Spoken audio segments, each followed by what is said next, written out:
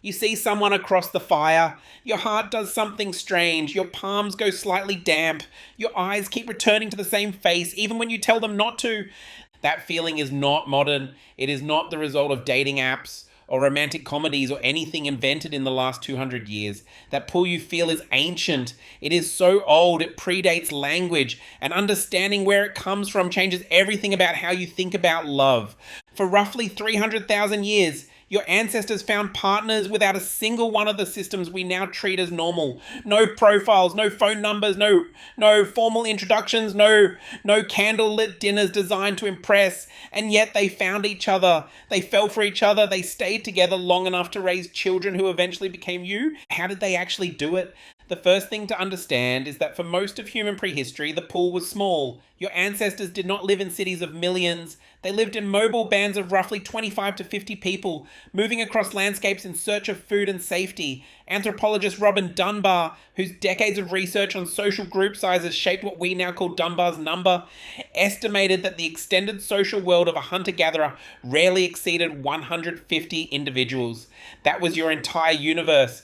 Everyone you would ever know, and almost certainly everyone you would ever love, already existed inside that circle. But here's what that number misses. Bands did not live in total isolation. They connected. They gathered seasonally with neighboring groups at places where resources concentrated, along rivers teeming with salmon, near plains where herds migrated, at water sources during dry months. These gatherings were not just about food. They were, in the language of modern anthropology, marriage markets, the only ones that existed. Polly Wisner, an anthropologist who spent decades living with and studying the Jew Ehuansi San people of southern Africa, documented how these gatherings functioned in cultures that still preserve traces of Paleolithic social structure. Young people watched each other, they danced. Dancing was not casual entertainment, it was across virtually every documented forager society on Earth, one of the primary arenas for mate assessment. You could see how someone moved, how they controlled their body, how they held themselves under the pressure of being watched.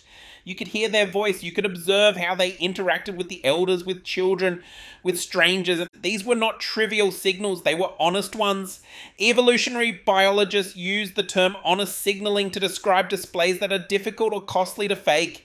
Dance, especially the physically demanding communal dances recorded across hunter-gatherer cultures from the Hadza in Tanzania to the Aboriginal peoples of Australia, required real physical coordination, stamina, and social ease. You could not perform your way through it without revealing something true about yourself.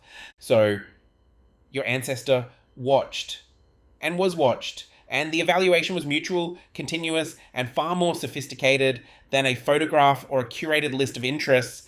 But attraction alone was never enough. Here is something that surprises most people. In many forager societies, the individual barely had the final say. Your choice of partner was entangled in a web of social negotiation that involved your parents, your siblings, your aunts and uncles, and the elders of the group. Researcher Kim Hill, who conducted extensive fieldwork with the Arctic people of Paraguay, found that in many hunter-gatherer communities, marriages were partially arranged, partially chosen, and always observed. The community had a direct stake in who paired with whom, because in a group of 30 people, a bad pairing did not stay private. A volatile couple, a lazy partner, an unfaithful one, destabilized everyone. This does not mean your ancestors had no say. It means their choices were made inside a social container. The group watched. The group had opinions, and those opinions carried real weight because in a world without law enforcement, without courts, without any formal enforcement mechanism, the group's judgment was the only justice that existed. You want to understand what courtship actually looked like? Let us reconstruct it.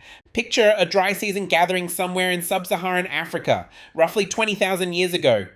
Two bands have come together near a seasonal waterhole, maybe 80 people in total. For several nights there is fire, food, and drumming. A young woman, late teens, watches a young man from the other group. He is a good dancer. He is not the loudest. He listens to the elders when they speak. He helps carry wood without being asked. She does not approach him directly. In most forager cultures documented by researchers like Richard Lee, who studied Kalahari Sand communities beginning in the 1960s, direct verbal declarations of romantic interest were often considered aggressive or socially clumsy. Instead, there were glances, proximity without declaration, small acts of service that could be interpreted as friendly or something more. The negotiation was indirect, layered with plausible deniability, so that if interest was not reciprocated, no one was publicly embarrassed and the social fabric remained intact. His relatives noticed her noticing him. Conversations happened between families. Was she hardworking? Was she healthy? Had she shown good judgment? Was his band known to be generous, reliable, good hunters? These were practical questions. Love in the ancient world was never purely abstract, it was always also an alliance. But do not mistake practicality for coldness. The Sand People that Richard Lee and later James Sussman documented still describe falling in love in terms that would be immediately recognizable to any person alive today. The sleeplessness, the distraction, the way a certain person seems to absorb all available attention in a room, the neurochemistry of romantic attachment driven by dopamine and norepinephrine surges in the brain's reward circuitry is not a modern invention. It is a 300,000-year-old biological system that evolved precisely because pair bonding increased the survival chances of offspring who needed years of intensive care before they could function independently. Your brain is running ancient software. The butterflies you feel are a survival mechanism that is older than agriculture, older than written language, older than the wheel. Here's the counterintuitive twist. We tend to assume that more choice equals better outcomes. Modern dating platforms offer access to thousands of potential partners, and yet rates of loneliness, relationship dissatisfaction, and what psychologists call the paradox of choice, the paralysis that comes from too many options, have never been higher. Your ancestors had fewer choices but far more information about each one. They had watched these people grow up. They knew who they were under pressure, in grief, in celebration, in the tedium of an ordinary Tuesday. There were no strangers. There were only people you knew completely, or people you were about to know completely. The data embedded in that kind of familiarity is something no algorithm has yet replicated. There is one more layer that most histories of ancient courtship leave out entirely. What happened when it did not work? Forager societies were not utopias. Marriages sometimes failed. Partners left. People fell in love with someone they could not have. Archaeological evidence from sites like Songkhla in Russia, where elaborate burial goods suggest complex emotional and social lives 30,000 years ago, reminds us that humans have always been capable of deep attachment and therefore of deep loss. Divorce, in the sense of dissolution of a pair bond, existed. In many forager cultures, it was relatively straightforward. You left. The group absorbed the disruption. Life continued. What did not exist was the isolation of modern heartbreak. You did not grieve alone. The same 30 people who watched you fall in love were still there the next morning.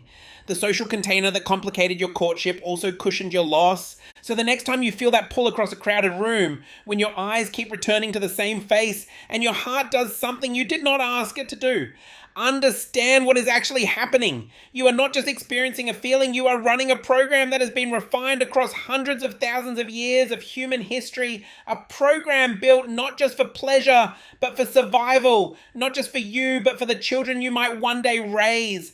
And for the group that will one day watch you do it. You see someone across the fire, and something older than you and wiser than you already knows exactly what that means.